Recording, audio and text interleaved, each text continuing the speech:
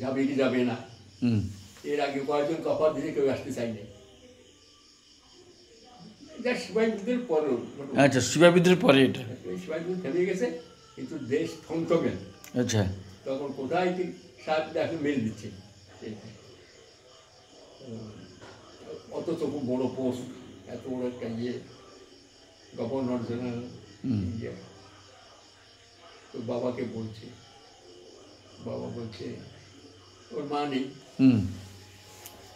চল let us go to church, চার্চে চলো, এখানে প্রার্থনা বসো, দুজনে প্রার্থনা বসো, দেখো ফাদার মানে যিশু কি বলে, সেই যা বলবে সেই মতো চলবে।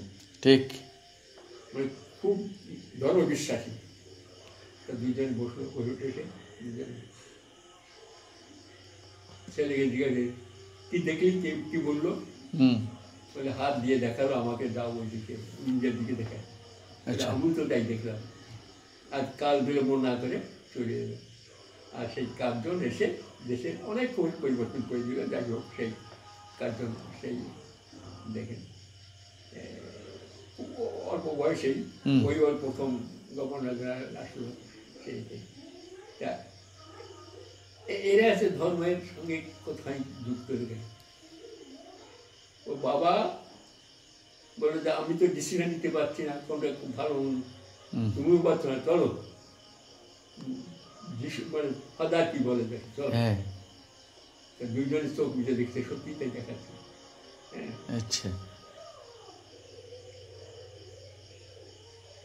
সব ক্ষেত্রে এই যে স্বামী বিবেকানন্দ সমস্ত দিন ঘুরে টুরে, সমস্ত জায়গায় ঘুরে টুরে, আমেরিকা যা তার খুব সেখানে গিয়ে হিন্দু ধর্মের এটা প্রচার করা, তার এক সুযোগ শিকাগো বক্তৃতা দেওয়া, কিন্তু যাবে কি যাবে কি যাবে না, নানা রকমের খুব প্রতিবন্ধক, তাকে যেতে দেবে না, একদল খ্রিস্টীয় লোক, মানে নানা রকমের সম্প্রদায়ের লোকরা তখন ওই ইয়েতে গিয়ে দক্ষিণ ভারতের ওই যে কন্যাকুমারীর যে শিলাটা, ওইখানে গিয়ে বসে ধ্যানে বসে গেছে, দেখি কি বলে সে, যাবো কি যাবো না, বলো ঠাকুর, তুমি বলো।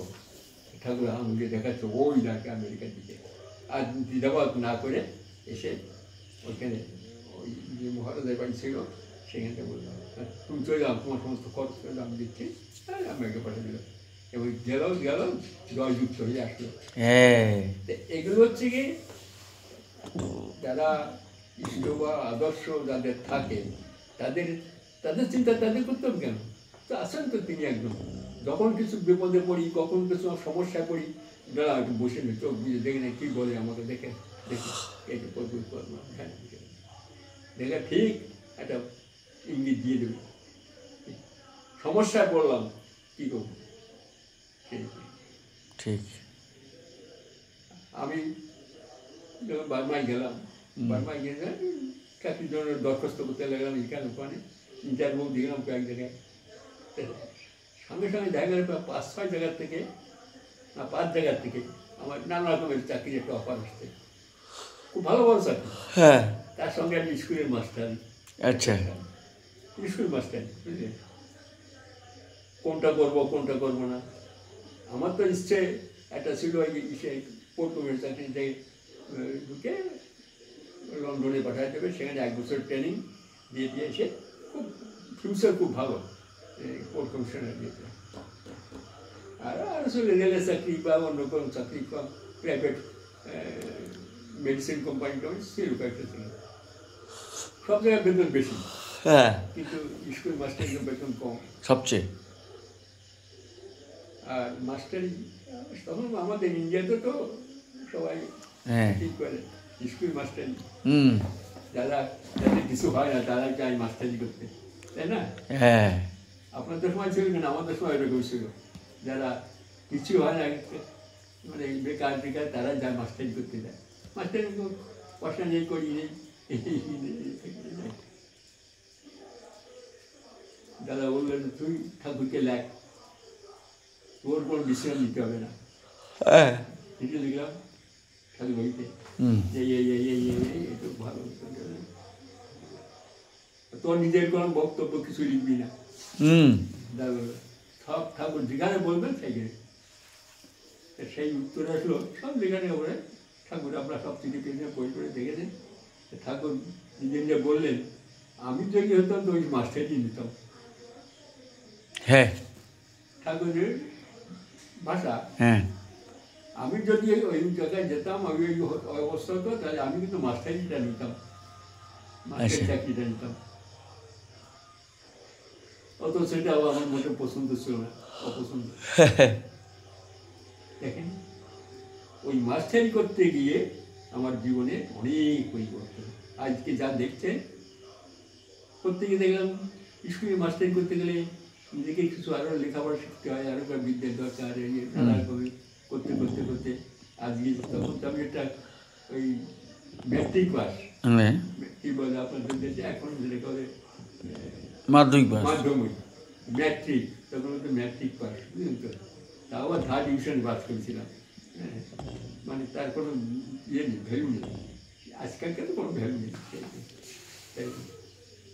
আর সেই গিয়ে পরবর্তীকালে কলকাতায় আমাকে কোথায় আবার দিচ্ছি ভবিষ্যৎ সুতো চলতেছে, মাস্টার ডিগ্রি পর্যন্ত নিয়ে নিলাম।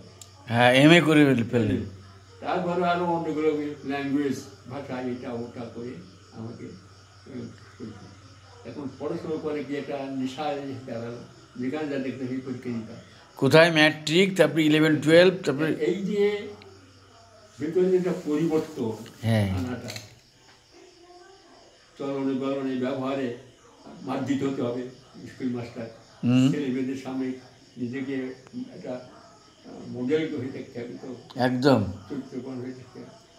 এই যে নিজের চরিত্রটাকে সংযত রাখা, নিজেকে আরও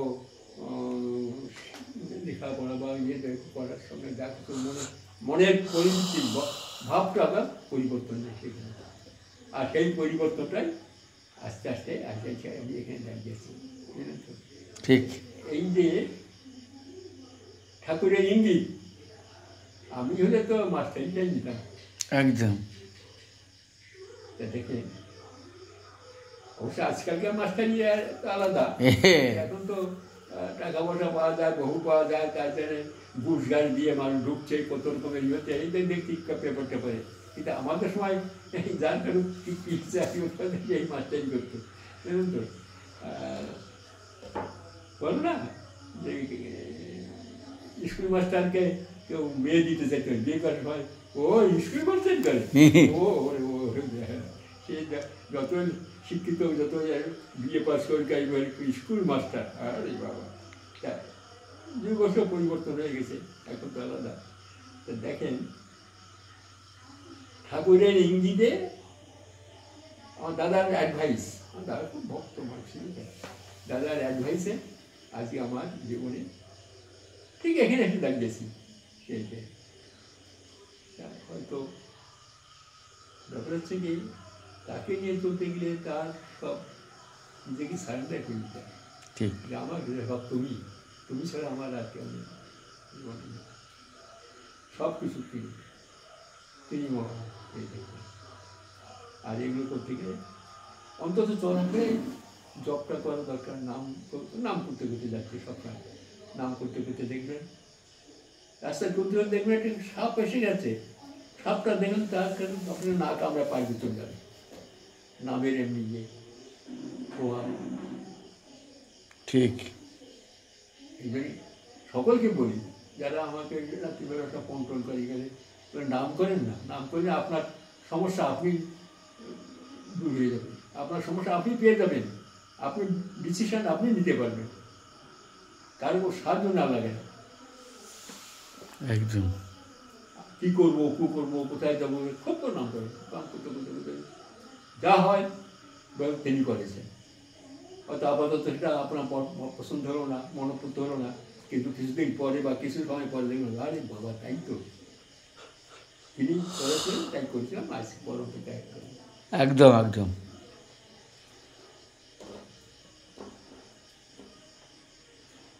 আর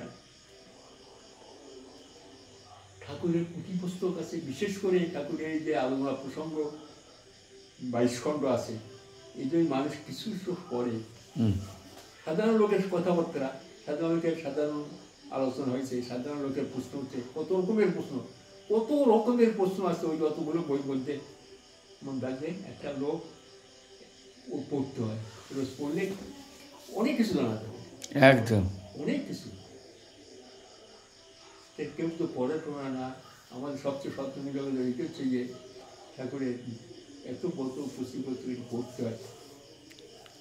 এই যে সৎসঙ্গে একটা স্পিরিট টাইপের সৎসঙ্গ হয়, যেমন যেমন ঠাকুরের বই পড়ে দেখেছি, সব মোটামুটি সব সৎসঙ্গে দেখি ওই সত্য অনুসরণে একটু পাঠ করলো, তারপর একজনকে বলে তুমি একটু কি বলে নারী নীতি, নারী নীতি করতে বলে একজনকে, আর চলার সাথী, চলার সাথে, এই তিনখানা বইয়ের এটা একটু পাঠ করলো হয়ে গেল।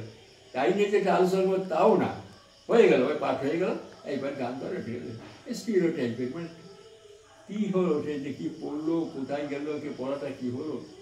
যে ঠাকুরের ভাবাদর্শ জানতে হলে নিজেকে সাধন করতে হবে, তেমনি অধ্যয়ন অধ্যাপনাও দরকার আছে। নিজে যেমন পাঠ করি, সেই পাঠ করে আর একজনকে সেটি তার কাছে সেটি বিশেষ আলোচনা করতে হয়। তাতে অধ্যয়ন অধ্যাপনা দুটোই বড় বিষয়। একদম।